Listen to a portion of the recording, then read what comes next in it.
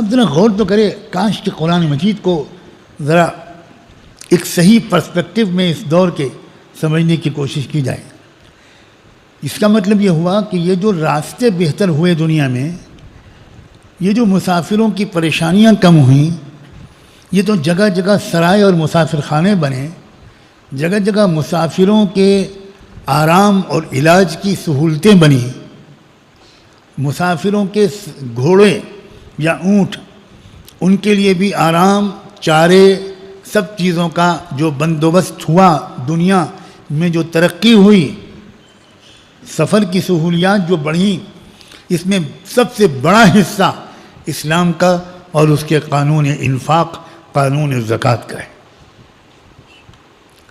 یہ جو میں کبھی کبھی کہا کرتا ہوں، مجھے تو یہ حسرت ہی رہے گی کہ مجھے سمجھدار سننے والے کب ملیں گے،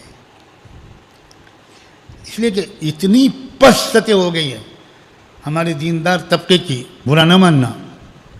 اتنی پست عقلی سطح ہو گئی ہے کہ ان کی سمجھ میں بہت سی باتیں نہیں آتی، اور اس کی وجہ یہ ہے کہ ان کے سامنے جو اب تک دینی بیانات ہوئے، ان دینی بیانات نے ان کی عقلوں کو کم کر دیا۔ میں اکثر کہا کرتا ہوں کہ یہ تو عام بات ہے کہ دنیا میں اخلاقی ترقی سیدنا محمد رسول اللہ کے بعد ہوئی،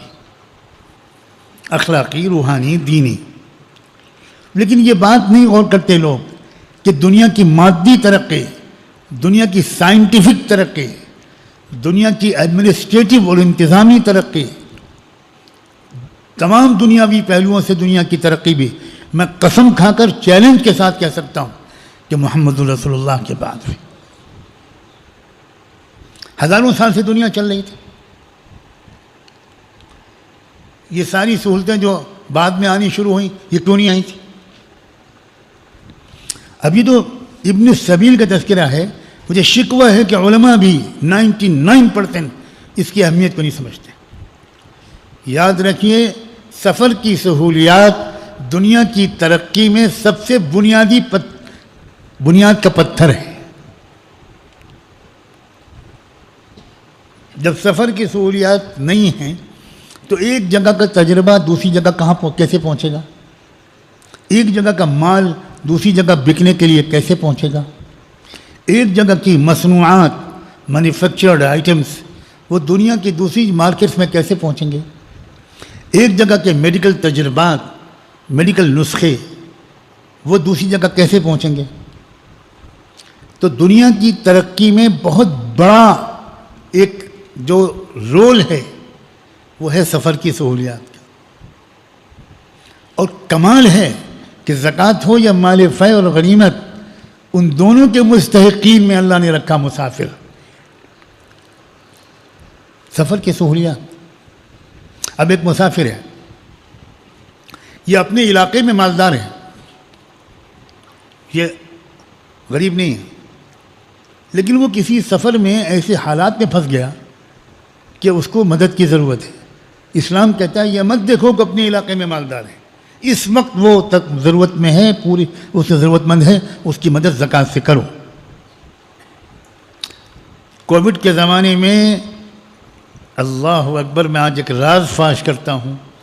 لاکھوں لوگ جو کاروبار کے سلسلے میں، تبلیغ کی محنت کے سلسلے میں، کسی اور مقصد سے دوسرے ملکوں میں گئے ہوئے تھے، اب وہاں پھنس گئے۔ وہ اپنے ملک میں غریب نہیں ہیں، لیکن کئی مہینے کے انتظار کے بعد اب جب راستے کچھ کھلنے شروع ہوئے کہ وہ کیسے واپس جائیں اپنے وطن، جو یہاں آئے ہوئے تھے وہ اپنے وطن کیسے جائیں،